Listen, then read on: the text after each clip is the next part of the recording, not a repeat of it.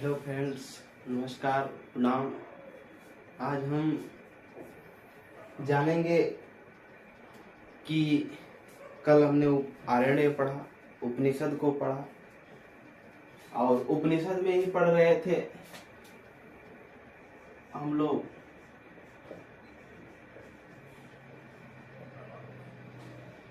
हमने बताया था उप का मतलब समीप, निषद का मतलब बैठना। उप का मतलब समीप और निषद का मतलब बैठना, यानी गुरु के समीप बैठना ही क्या है? गुरु के समीप बैठना ही उपनिषद है।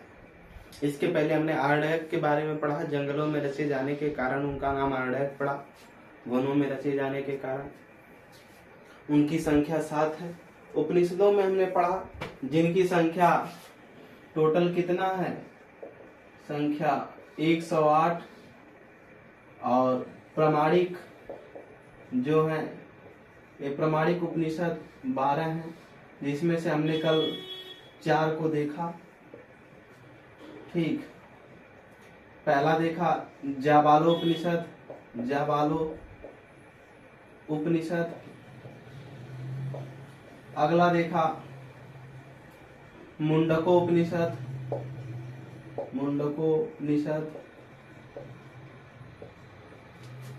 और अगला देखा मांडुक्य उपनिषद।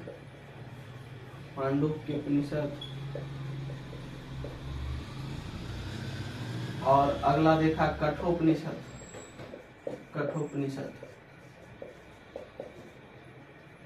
एक रह गया था, आज हम उसको देखेंगे। बृहदारण्यक उपनिषद।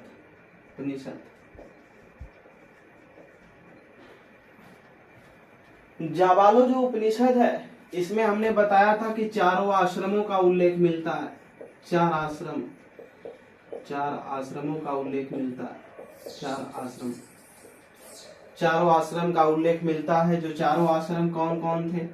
चित्र को बनाएंगे चारों आश्रमों को। आश्रम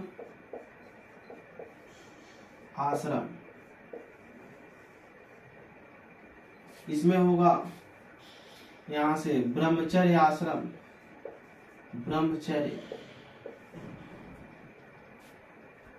गृहस्थ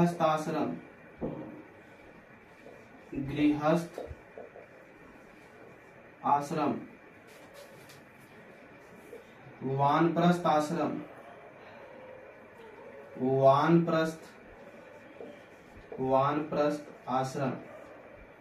फिर अगला आएगा संन्यासप्रस्थ आश्रम।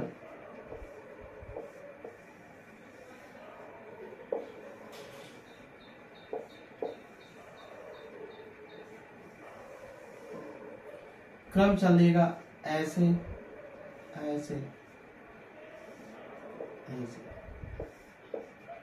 ठीक, पहले नंबर पे ए आएगा, दूसरा गृहस्थ आश्रम, तीसरा वानप्रस्थ आश्रम, फिर चौथा संन्यासप्रस्थ आश्रम, खत्म हो जाएगा। जो ब्रह्मचर्य आश्रम है, इसका हमने उम्र बताया था 0 से 25 साल तक, 25 वर्ष तक। और गृहस्थ का बताया था 25 से 50 साल तक हमको घरों में रहना है पहले के लोगों को। फिर 50 साल के बाद वानप्रस्थ वन की तरफ गमन करना है उनको। फिर संन्यासप्रस्थ सन्यासी बन जाना है 75 से 100 साल के बीच में। आज वाली पीढ़ियों को नहीं। ये चारों आश्रमों का उल्लेख मिलता है किसमें? जाबालो उपनिषद में। कौन कौन से आश्रम? ब्रह्मचर्य आश्रम, गृहस्थ आश्रम, वानप्रस्थ आश्रम, संन्यासप्रस्थ आश्रम। दूसरा जो उपनिषद है बृहदारण्यक उपनिषद। बृहदारण्यक उपनिषद में एक वाक्य, ध्येय वाक्य लिखा गया है, तमसो मां ज्योतिर्गम्य, तमसो मां ज्योतिर्गम्य। इस ध्येय वाक्य का स्कूलों के बिल्लों पर लगा रहता है, जिसका अर्थ होता है अंधकार से प्रकाश की ओर चलो। हे माँ सरस्वती के लिए कहा गया, हे माँ हमें अंधकार से किधर? अंधकार से प्रकाश की ओर लेकर चलो, अंधकार से प्रकाश की ओर लेकर चलो। तमसो मां ज्योतिर्गम्य, अंधकार से प्रकाश की ओर लेकर चलो। किसमें दिया गया है? बृहदारण्यक उपनिषद में। एक बृहद का मतलब होता है बहुत बड़ा, और रण का मतलब जंगल में, यानी जंगल में रचे जाने के कारण, बहुत बड़ी रचना होने के कारण उपनिषद, जो हमने बताया पहले पिछले कक्षाओं में उपनिषद का। फिर आगे मुंडको उपनिषद, यहाँ से जो ध्येय वाक्य लिया गया है, लिया गया है सत्यमेव जयते, सत्यमेव जयते, सत्यमेव जयते। हमने कल भी इसको देखा था। सत्यमेव जयते का मतलब हमेशा सदा सत्य की विजय होती है। मांडुक्य उपनिषद, मांडुक्य उपनिषद में 3 चीजें हैं, सत्यम, सत्यम, शिवम, सुंदरम, सत्यम, शिवम, सुंदरम, ये हैं 3 चीजें इसमें। किसमें? मांडुक्य उपनिषद में। और कठो उपनिषद में हमने बताया था कि यमराज, यमराज और नचिकेता के बीच, और नचिकेता के बीच, नचिकेता के बीच क्या है? संवाद है, के बीच संवाद। तो ये महत्वपूर्ण उपनिषद रहे हैं जिनको हमने देखा, याद भी आप रखेंगे, परीक्षाओं में पूछे भी जाते हैं। और जो मुंडकोपनिषद में सत्यमेव जयते लिखा गया है, इसकी तुलना किससे की गई है? याद रखेंगे, इसकी तुलना टूटे हुई नाव से की गई है। आगे आज हम पढ़ेंगे महाकाव्यों के बारे में। क्या पढ़ेंगे? महाकाव्यों के बारे में आज पढ़ेंगे। महाकाव्य क्या होते हैं? उपनिषद के बाद हम महाकाव्यों के बारे में जानेंगे। कोई भी दिक्कत होती है आप हमको कमेंट सेक्शन में बताएं, और ज्यादा से ज्यादा चैनल को सब्सक्राइब, लाइक करवाते रहें अपने लोगों से भी।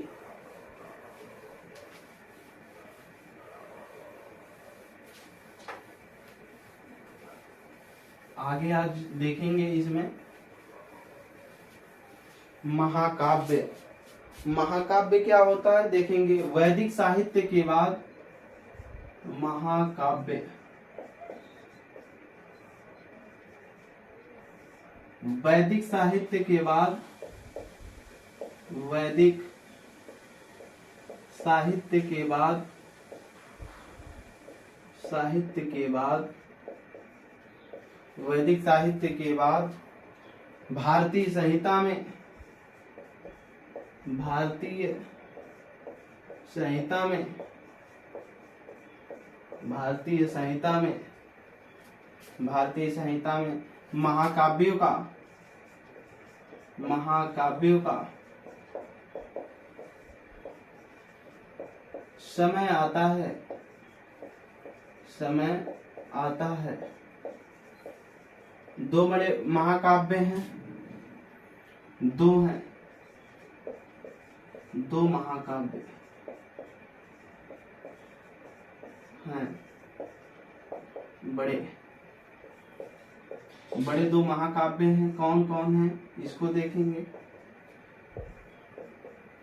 एक है रामायण और दूसरा है महाभारत। महाभारत, रामायण, इसके जो रचनाकार हुए, रचनाकार ये थे वाल्मीकि, वाल्मीकि,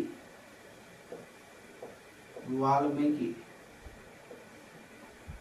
और यह आदि काव्य है, आदि काव्य, आदि काव्य है। हिंदुओं तथा, यह जो है हिंदुओं तथा,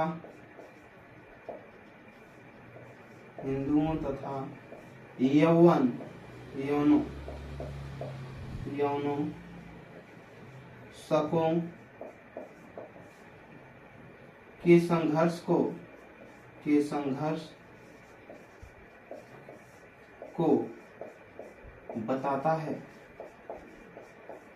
बताता है। याद रखेंगे हमारे यहाँ जो आक्रमण हुए हैं ट्रिक यशपक, यशपक का मतलब जो हमारे यहाँ पहला विदेशी आक्रमण हुआ वो यूनानी थे, फिर दूसरा हिंद यूनानी पहला थे और दूसरा शक थे, फिर पहलव थे, फिर कुषाण। कौन कौन से हमारे यहाँ भारत में विदेशी आक्रमण हुए पहले के समय में? हिंद यूनानी, यश यूनानी और शक से शक, फिर पहलव, फिर कुषाण। तो जो रामायण है इसके रचनाकार जो माने जाते हैं वाल्मीकि माने जाते हैं और यह आदि काव्य है। इसमें हिंदुओं तथा यवनों शकों के संघर्ष के बारे में क्या है बताता है यह शास्त्र। देखेंगे संसार का सबसे बड़ा महाकाव्य कौन है? महाभारत है। यह लिखेंगे इसमें प्राचीन भारतवर्ष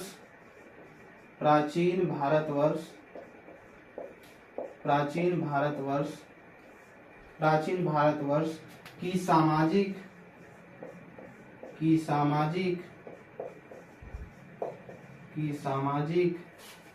धार्मिक तथा राजनीतिक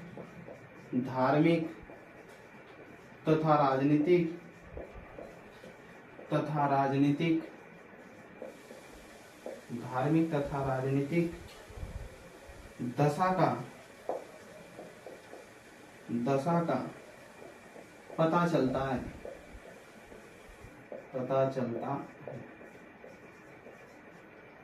यानी जो महाभारत है इसे प्राचीन भारतवर्ष में उसकी सामाजिक प्रणाली कैसी थी, वो धार्मिक उनकी व्यवस्थाएं कैसी थी, राजनीतिक दशा क्या थी, इसके बारे में पता चलता है। किससे? महाभारत से। इसके जो रचनाकार माने जाते हैं, महाभारत के रचनाकार कौन थे? वेद व्यास।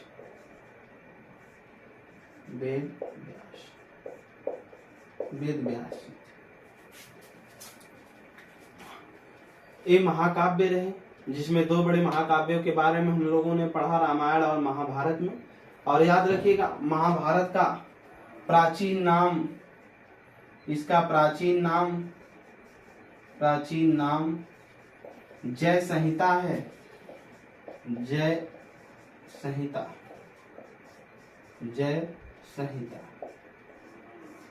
जय संहिता है। और इतिहासकारों में जो मध्यकालीन भारत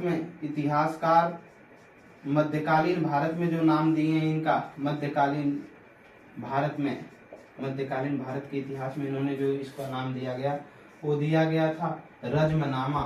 रजमनामा का मतलब होता है युद्धों की पुस्तक। इसको याद रखेंगे। हो गया।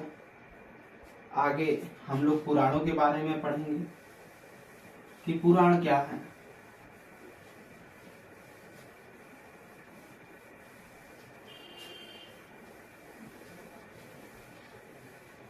आपको क्लास कैसी लगी कमेंट सेक्शन में जरूर बताया करिए।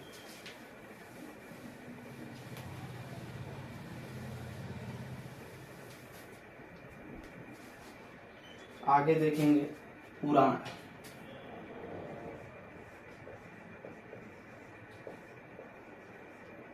पुराण इनकी संख्या 18 है। इसके जो रचयिता माने जाते हैं, रचयिता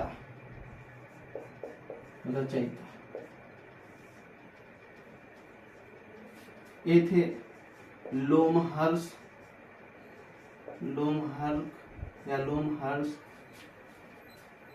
एवं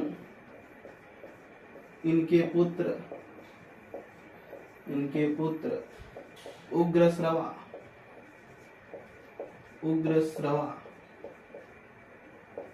उग्रश्रवा माने जाते हैं। आगे देखेंगे इससे जो जानकारी मिलती है पुराणों से क्या मिलती है। प्राचीन भारतीय इतिहास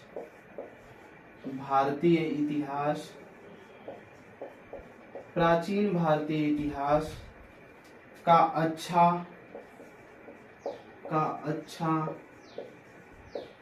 क्रमबद्ध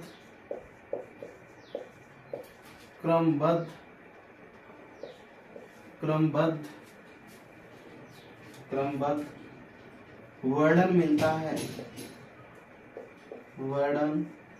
मिलता है,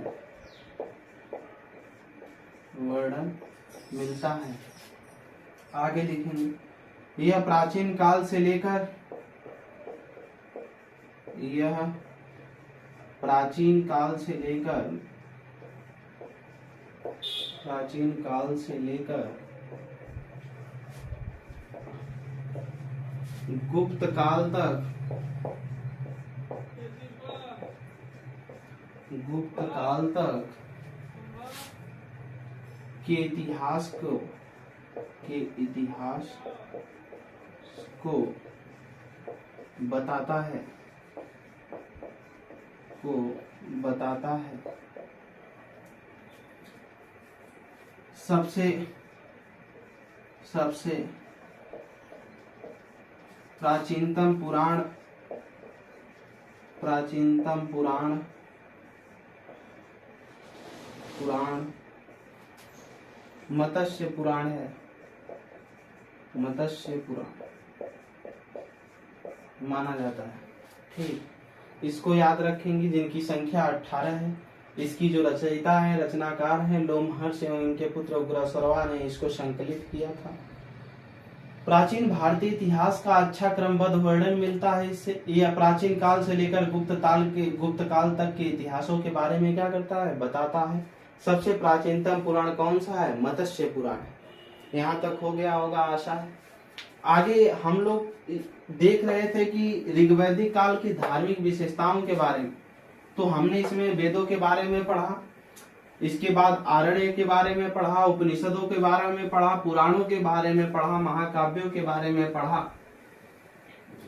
आगे हम पढ़ेंगे इसमें अभी और कि जो धार्मिक स्थिति थी तो वो क्या थी। तो एक देवता थे ऋग्वैदिक काल के, जिनका नाम था पूषण। पूषण ऋग्वैदिक काल, ऋग्वैदिक काल, ऋग्वैदिक काल, ये ऋग्वैदिक काल चल रहा है 1500 से लेकर 1500 बीसी से लेकर 1000 बीसी तक। अब पूषण में देखेंगे, यह पशुओं के देवता थे, पशुओं के देवता थे, के देवता थे। ये पशुओं के देवता थे पहले। बाद में चल करके, बाद में उत्तर वैदिक काल में, बाद में शूद्रों के देवता हो गए, शूद्रों के देवता हो गए, देवता हो गए। पहले पशुओं के देवता थे, बाद में चल करके किसके देवता हो गए, शूद्रों के देवता हो गए। फिर अगले देवता का नाम अरणायनी, अरणायनी, अरणायनी ये जंगल की देवी थी, जंगल की देवी। और अश्विनी एक थे, उनको हमने बताया था कि वे वैद्य हुआ करते थे। अश्विन देवता को ही हम चिकित्सक मानते थे। अगला आकाश के देवता, आकाश के देवता कौन कौन थे ऋग्वैदिक काल में, उनको देखेंगे। आकाश के देवता, आकाश के जो देवता थे ये सूर्य, धौंस, धौंस, सूर्य, धौंस, वरुण, वरुण, मित्र, वरुण मित्र, पूषण, पूषण, पूषण, विष्णु, विष्णु, सविता, आदित्य, आदित्य, उषा, अश्विन, उषा, अश्विनी, अश्विन, etc। सूर्य देवता का वर्णन धांश, वरुण, मित्र, पूषण, विष्णु, सविता, आदित्य, उषा और अश्विन। ये जो देवता थे ये आकाश के देवता माने जाते थे। तो इसमें जो वरुण है, वरुण देवता को 30 सूक्ति ऋग्वेद में लिखा गया है। 30 सूक्त ऋग्वेद में इनका वर्णन है। 30 सूक्तियां इनके बारे में लिखी गई है ऋग्वेद में, इसको याद रखेंगे। आगे देखेंगे अंतरिक्ष के देवता, इसको मिटा देना। अंतरिक्ष के देवता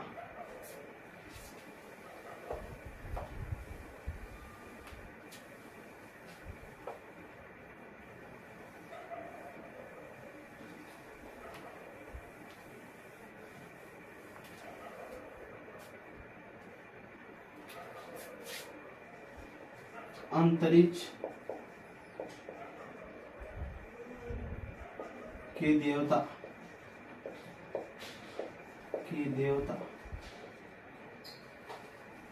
अंतरिक्ष के देवता कौन कौन थे? अंतरिक्ष के देवता देखिएगा, इंद्र,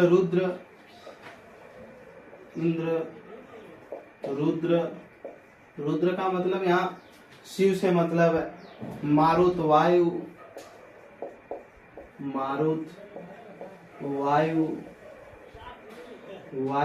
देवता थे, जिसे पवन देवता भी कहा जाता था।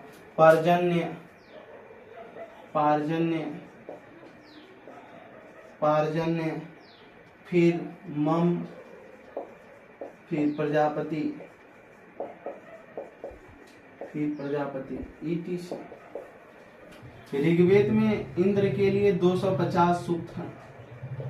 250 सूक्त कहाँ? ऋग्वेद में। किसके लिए? इंद्र के लिए। ऋग्वेद इंद्र को ही ऋग्वेद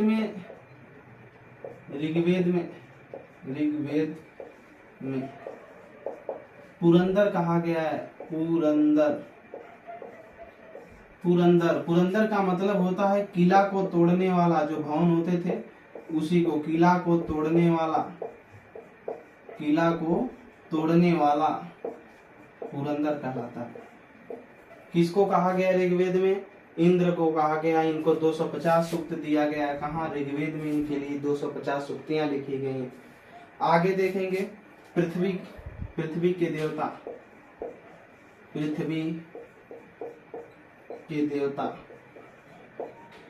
पृथ्वी पर यानी ऋग्वैदिक काल में कौन कौन से देवता हुआ करते थे, इसको देखेंगे। अग्नि, सोम,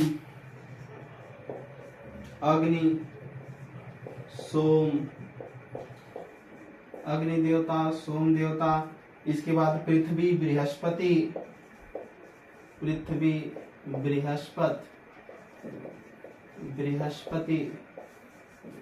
बृहस्पति, सरस्वती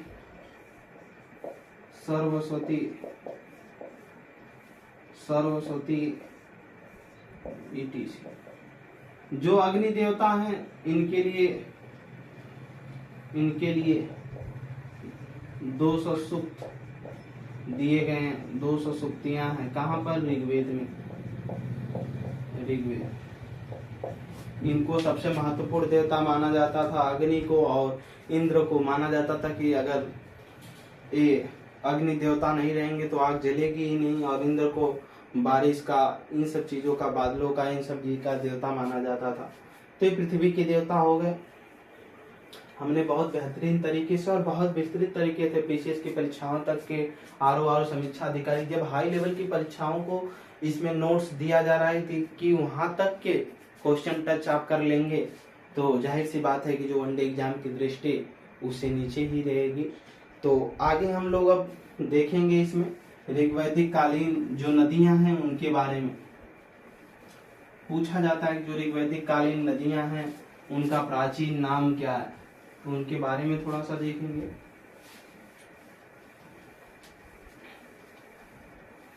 हमने ऊपर हेडिंग डाला ही है ऋग्वैदिक काल कब से कब तक, 1500 BC से लेकर के 1000 BC तक। अब नदियों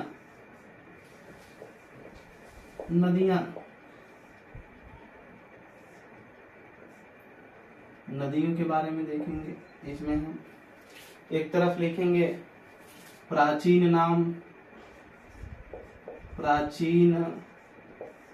नाम, और दूसरी तरफ लिखेंगे नवीन नाम, नवीन नाम, वर्तमान में जो नाम है उसको। तो इसमें लिखेंगे पुरुषड़ी, पुरुषड़ी, पुरुषड़ी नदी का जो नवीन नाम है वो है रावी, पुरुषड़ी का रावी।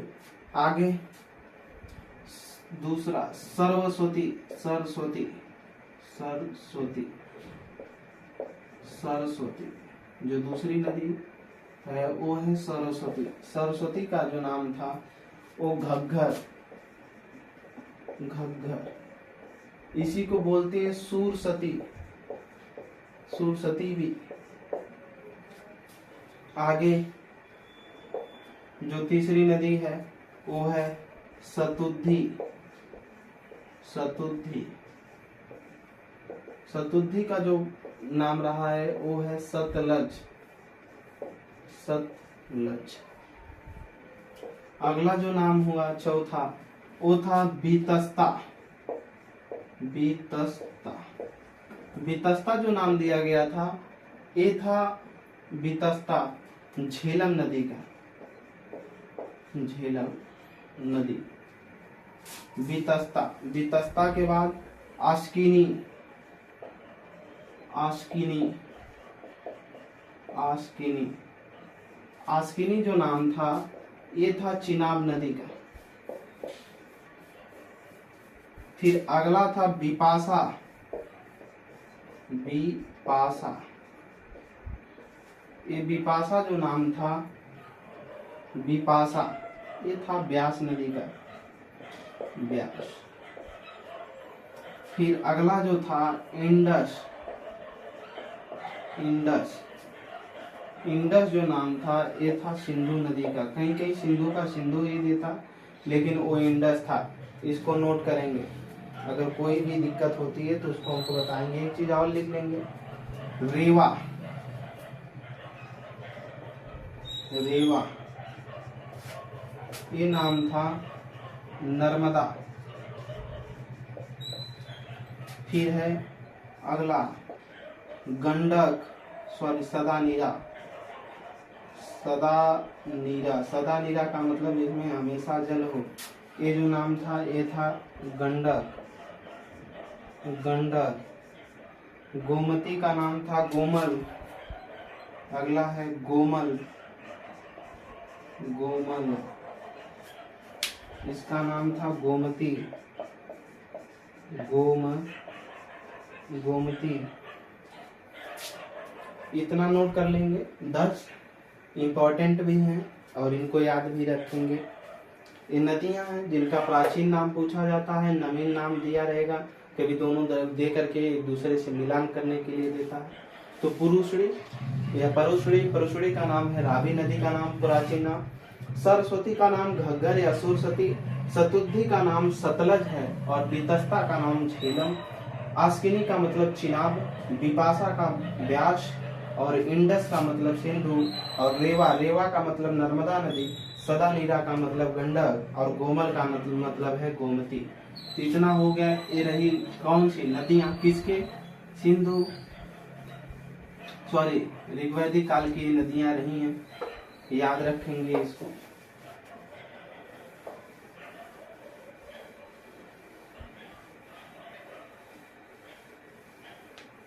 आगे हम इसमें देखेंगे कि जो ऋग्वैदिक काल है इसमें वेदांग सूत्रों की भी रचना हुई थी। क्यों हुई थी? वेदों को समझने के लिए।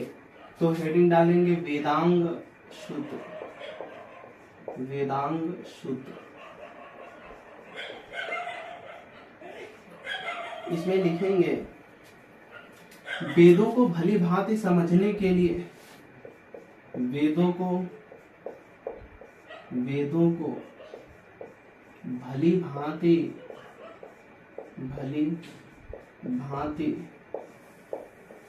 समझने के लिए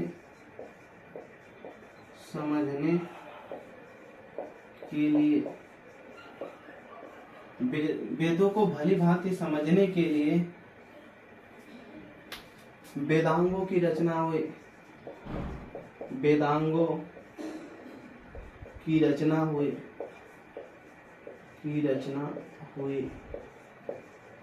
वेदांगों की रचना हुई। इनकी जो संख्या है वो है 6। वेदांगों को समझने के लिए इनकी रचना हुई, इनकी संख्या 6 है।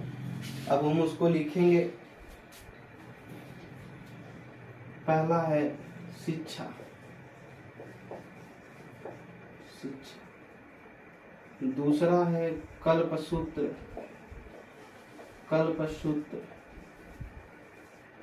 तीसरा है व्याकरण। चौथा है इसमें निरुक्त। सब कुछ आप पढ़े होंगे। फिर पांचवा है छंद। सातवां है ज्योतिष।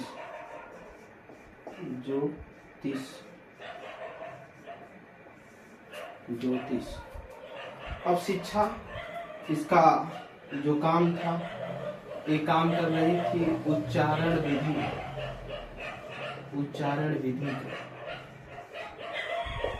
विधि का काम कर रही थी जो शिक्षा था। और कल्पसूत्र एक कर्मकांड थे। क्या थे? कर्मकांड थे। व्याकरण, ये जो व्याकरण है ये शब्द व्युत्पत्ति का काम करते थे। शब्द व्युत्पत्ति। और निरुक्त का काम था भाषा विज्ञान।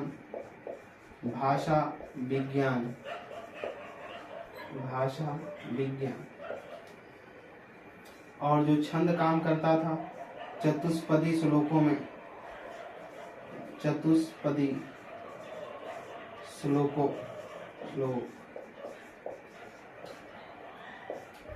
और ज्योतिष ये था भाग्य फल। ये भाग्य फल था। हमने क्या देखा? वेदांग सूत्र। वेदों को भली भांति समझने के लिए वेदांगों की रचना हुई, या इसको हम क्या देख सकते हैं? और वेदों की सहायक विधाएं।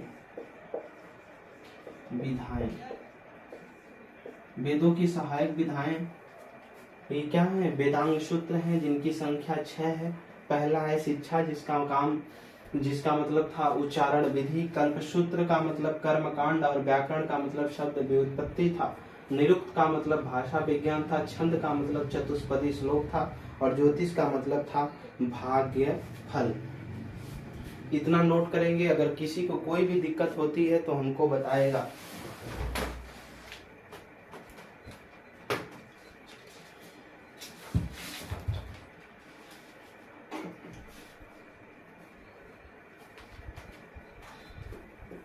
नोट हो गया होगा सबका। आगे हम देखेंगे इसमें। अब ये ऋग्वैदिक काल समाप्त हुआ। अब देखेंगे उत्तर वैदिक काल। क्या? उत्तर वैदिक काल।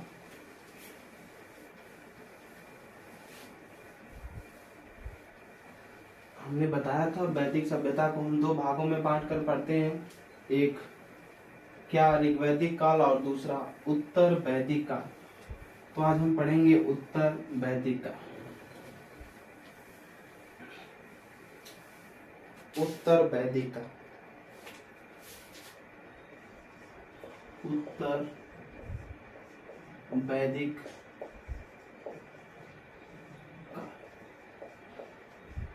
उत्तर वैदिक काल।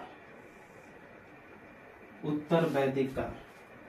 जो उत्तर वैदिक काल है, इसका जो समय चला वो था 1000 बीसी से लेकर, बीसी का मतलब ईसा पूर्व पहले से बताते आए हुए हैं और हमेशा ये बैक में जाता है, 600 बीसी तक। ठीक। उत्तर वैदिक काल 1000 बीसी से लेकर कहां तक? 6000 बीसी तक था।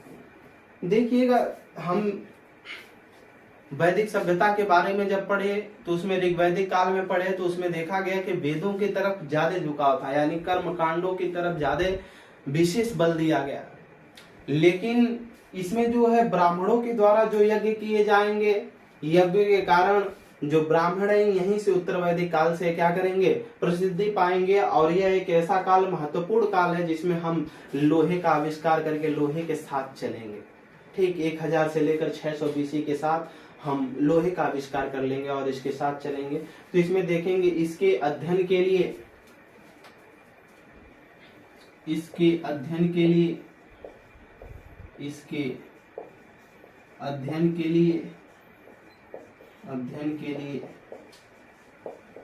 अध्ययन के लिए सबसे महत्वपूर्ण स्रोत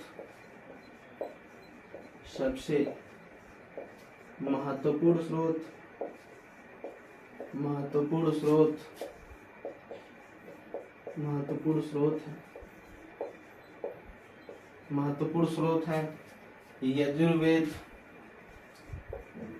यजुर्वेद, सामवेद, अथर्ववेद,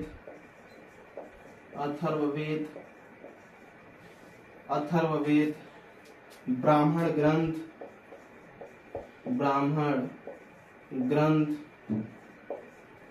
उपनिषद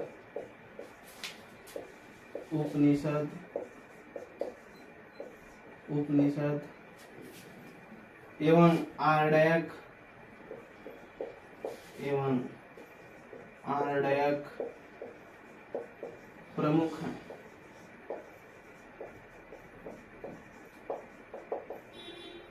यानी हमने देखा इसमें जो यजुर्वेद है, कौन कौन से, यजुर्वेद, सामवेद, अथर्ववेद एवं ब्राह्मण ग्रंथ, उपनिषद एवं आर्डयक क्या है, प्रमुख है। किसके, इसके अध्ययन के लिए।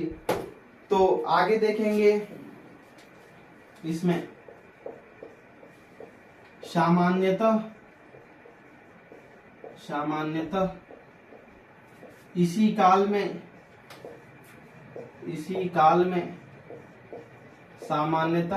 काल में लौह प्रौद्योगिकी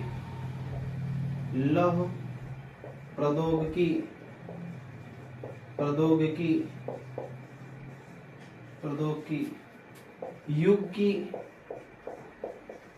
की शुरुआत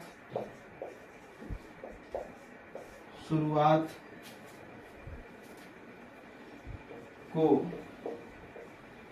जोड़ा जाता है।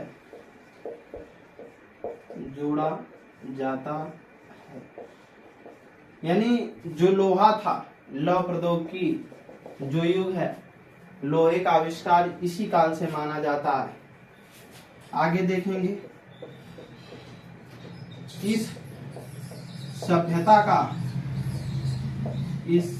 का सांस्कृतिक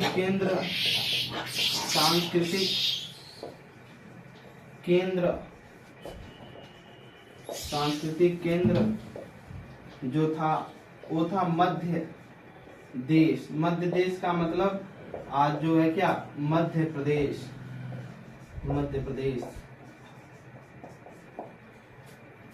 और ये मध्य देश पूरे भारत के बीच में मध्य में स्थित होने के कारण पंडित जवाहरलाल नेहरू ने इसे भारत का हृदय राज्य कहा था। ठीक, आगे मध्य प्रदेश की राजधानी भोपाल और इसकी सांस्कृतिक राजधानी मध्य प्रदेश की जबलपुर।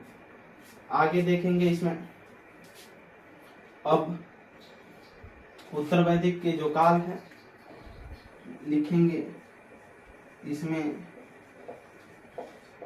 ब्राह्मण अपने यज्ञों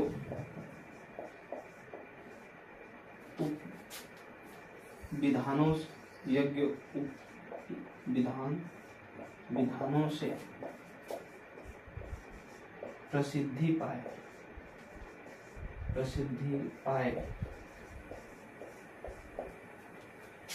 तो ये रहा। कोई भी दिक्कत होगी तो आप कमेंट सेक्शन में जरूर बताएं। आज के लिए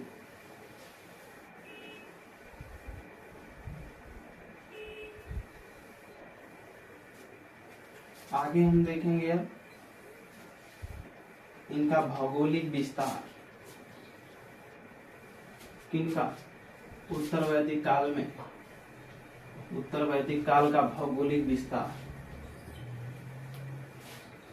जो आर्य आए, ऋग्वेद में हमने बताया कि जो उन्होंने आर्य सभ्यता सबसे पहले बनाई थी, कहां से बनाई थी? कश्मीर से लेकर के राजस्थान, नॉर्थ राजस्थान और गंगा के दोआब मैदानों तक यही वाला प्रांत उनका था, उधर अफगानिस्तान से था, तो यहाँ तक उन्होंने बनाया था। आगे हम भौगोलिक विस्तार में अब उत्तर वैदिक काल में देखेंगे तो बताएंगे सबसे पहले कि इनका जो है पूरे उत्तर भारत में विस्तार हो चुका था। हेडिंग रहेगी भौगोलिक विस्तार। भौगोलिक भौगोलिक विस्तार विस्तार भौगोलिक विस्तार। भौगोलिक विस्तार में इनका पूरे उत्तर भारत में जो आर्य थे इनका पूरे उत्तर भारत में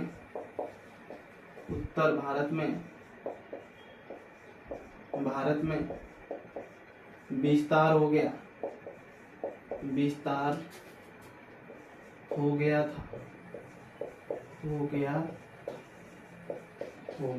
यानी जो इनका विस्तार माना जाता था वो सरस्वती नदी से लेकर के ऊपर तक के सिंधु नदी के क्षेत्रों तक माना जाता था।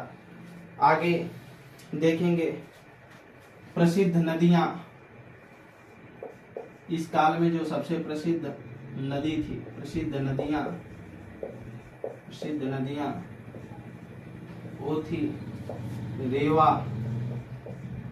रेवा, जिसका मतलब अभी हमने पढ़ा क्या? नर्मदा, रेवा। और दूसरा जो था सदानीरा, और सदानीरा ये थी गंडक नदी थी।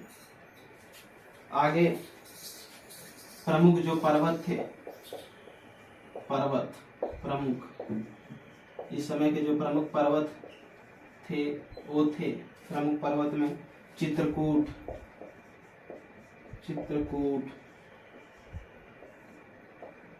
इसके बाद कौंच, इसके बाद मैनाक, ETC। ये प्रमुख पर्वत थे उस समय के। कब? उत्तर वैदिक काल के। आगे देखेंगे सामाजिक स्थिति। यही देख लेते हैं सामाजिक स्थिति। ये जो आर्यों की रही इनकी सामाजिक स्थिति क्या है? सामाजिक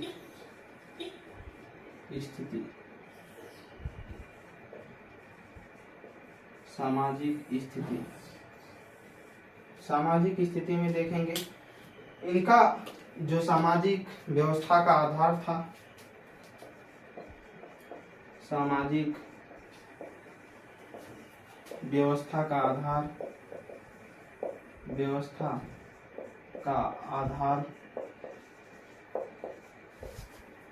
वर्ण व्यवस्था था। वर्ण व्यवस्था जो ऋग्वेद के किसके 10वें मंडल में मिलता है, वर्ण व्यवस्था था। क्या था? वर्ण व्यवस्था था। यानी जाति आधारित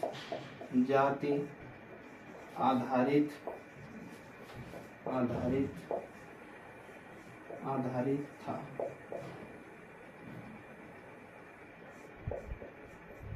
ऋग्वैदिक में कर्म आधारित था। ऋग्वैदिक काल में कर्म आधारित था और उत्तर वैदिक काल में कैसा हो गया?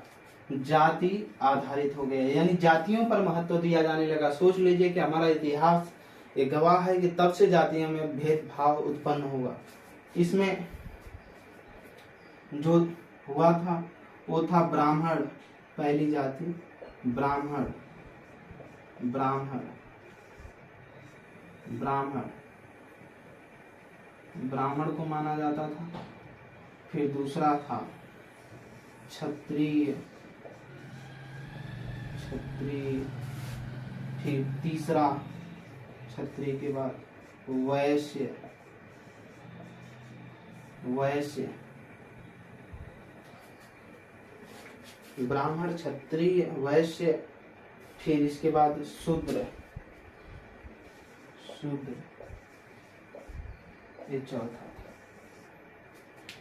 ठीक, शूद्र। नीचे शायद दिखाई नहीं देगा, हम ऊपर ही लिख लेते हैं।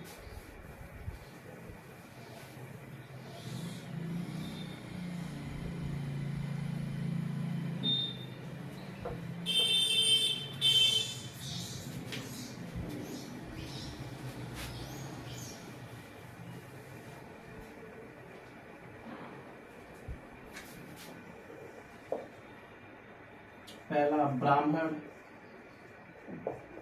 ब्राह्मण। दूसरा, दूसरा क्षत्रिय। तीसरा वैश्य और चौथा शूद्र, शूद्र। अब देखेंगे जो ब्राह्मण था उसको कैसे बुलाया जाता था। ब्राह्मण को बोला जाता था एही, ब्राह्मण को बोला जाता था एही, एही। और जो क्षत्रिय था उसको बोला जाता था आगही, आगही। और इसको बोला जाता था आद्रव, वैश्य को आद्रव, आद्र। आधाव इसको बोला जाता था, शूद्र को आधाव। बुलाना रहता था तो वो बोलते थे आधाव। कौन? उस समय के लोग। वैश्य को बुलाते थे आद्रव। फिर क्षत्रिय को आगही, ब्राह्मण को एही। एही का मतलब है आइए, आइए। आगही का मतलब आओ। और आद्रव का मतलब जल्दी आओ, जल्दी आओ। और आधव का मतलब दौड़ कर आओ, दौड़ कर आओ, दौड़ कर आओ। उस समय बुलाया करते थे, इस तरह से पुकारा जाता था।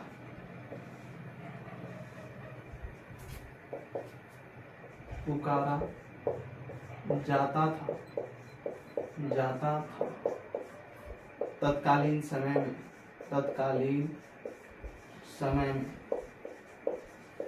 समय में, तत्कालीन समय में इनको पुकारा जाता था। ब्राह्मण को एही, आइए। क्षत्रिय आ गई, आओ। वैश्य को शुद्ध जो था आद्रव, जल्दी आओ। शूद्र का मतलब है दौड़ कर आओ। यहाँ पर शूद्र को बुलाया जाता था तुम दौड़ कर आओ, आधव।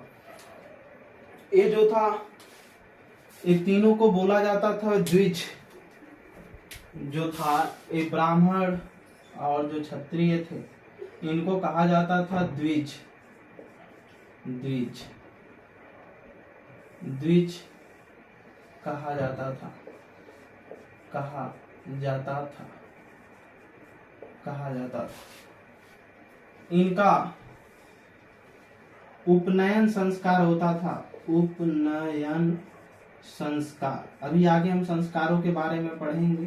16 संस्कार हैं, उसको पढ़ा जाएगा। उपनयन संस्कार होता था। उपनयन संस्कार जो है होता है उपनयन संस्कार, शायद साफ न दिख रहा हो। उपनयन संस्कार, उपनयन संस्कार। ये जो उपनयन संस्कार होता था, ये ब्राह्मण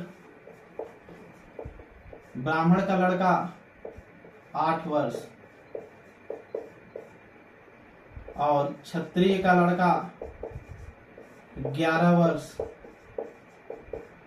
और जो वैश्य था इसका लड़का 12 साल का जब हो जाता था तो इनका उपनयन संस्कार होता था।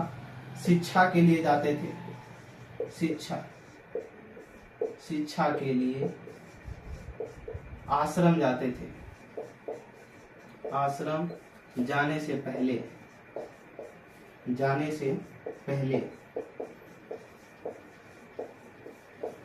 यानी बच्चों को जब भेजा जाता था तो उनका उपनयन संस्कार किया जाता था शिक्षा देने के लिए। उपनयन संस्कार में ब्राह्मण 8 वर्ष का जब ब्राह्मण का बच्चा होता था तब, क्षत्रिय का 11 वर्ष का बच्चा हो जाता था तब, और वैश्य जो था इसका 12 वर्ष का जब बच्चा हो जाता था तो इसको कहां पर, शिक्षा के लिए आश्रम सबसे पहले भेजा जाता था। लेकिन जो शूद्र था, शूद्र को इसका उपनयन संस्कार नहीं होता था, इसको अछूत माना जाता था। यही लिखेंगे, इसका उपनयन संस्कार नहीं होता था, इसका उपनयन संस्कार नहीं होता था, इसका उपनयन संस्कार नहीं होता था,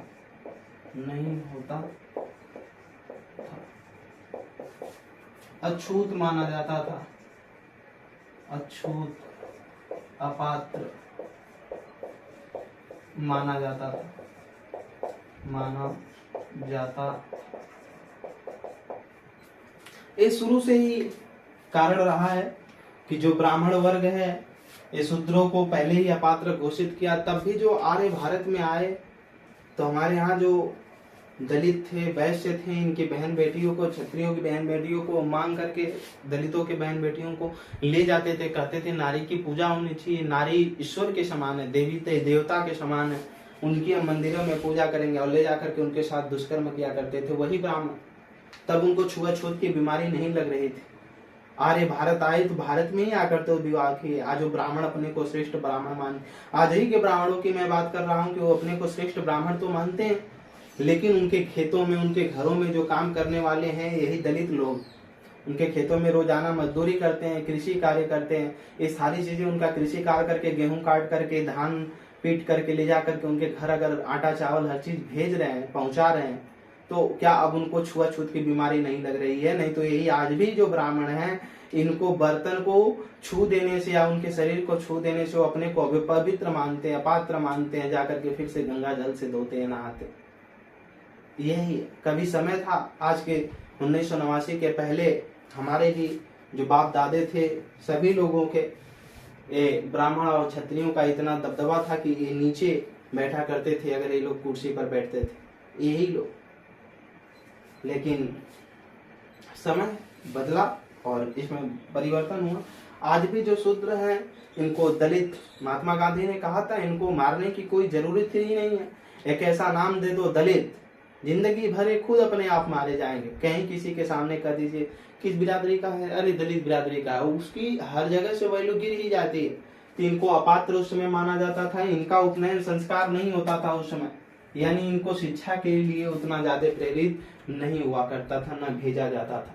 ये ऐसा था कब, उत्तर वैदिक काल के समय में ऐसा था। और ये उपनयन संस्कार के अधिकारी भी नहीं हुआ करते थे। माना जाता था कि जो गुरु शिक्षा दे रहे हैं उस शिक्षा के लिए शूद्र क्या है, अपात्र है, और अधिकारी भी नहीं माना जाता था इनको। यहीं से शूद्र को अलग किया गया और तब से अपात्र माना जा रहा है। आज भी इसका हर जगह कहीं न कहीं इसका क्या है, विरोध ही है और चल भी रहा है। जो इस समय महिलाएं विदुषी, जो इस समय की महिलाएं विदुषी थी, विदुषी का मतलब विद्वान। इस समय की जो विदुषी महिलाएं थी कौन कौन थी, इनको देखेंगे नाम में। विदुषी जो कन्याएं थी या महिलाएं थी वो थी गार्गी, संहिता,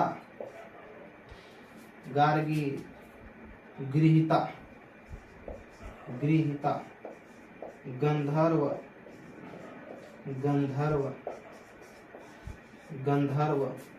इसके बाद मैत्री,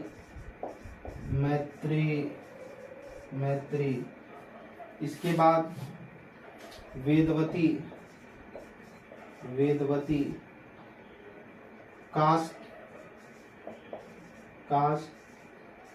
कृतसनी,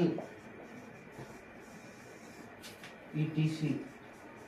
ये महिलाएं उस समय विदुषी थी उत्तर वैदिक काल में, यानी महिलाओं को भी शिक्षा दिया जाता था, लेकिन उतना इनके तरफ भी फोकस नहीं था। तो आज के लिए हम लोगों ने जो क्या देखा, सामाजिक स्थिति के बारे में देखा, किनके आर्यों के सामाजिक स्थिति के बारे में देखा। आज के लिए इतना ही, फिर आगे मिलते हैं। कोई भी दिक्कत परेशानी होने पर आप हमारे कमेंट सेक्शन में हमको बताएं। बहुत जल्द ही लाइव क्लास की कक्षाएं भी आरंभ हो जाएंगी, और ज्यादा से ज्यादा हमारे चैनल को सब्सक्राइब, लाइक, शेयर करें। धन्यवाद, प्रणाम। शिक्षक दिवस की आप सभी को, आपके पूरे परिवार को बहुत बहुत बधाई एवं शुभकामनाएं। ईश्वर से मेरी कामना है कि आप अपनी कलम के माध्यम से अपने जीवन के ऊंचाइयों को पहुंचे और अपने कलम को एक ऊंचा आयाम दे। मैं आपके उज्जवल भविष्य की कामना करता हूँ एवं सदैव आप सुखी एवं खुशहाल अपने जीवन पर सदा अग्रसर रहे। मेरा यही ईश्वर से बारंबार आप लोगों के लिए कामना है। धन्यवाद, प्रणाम।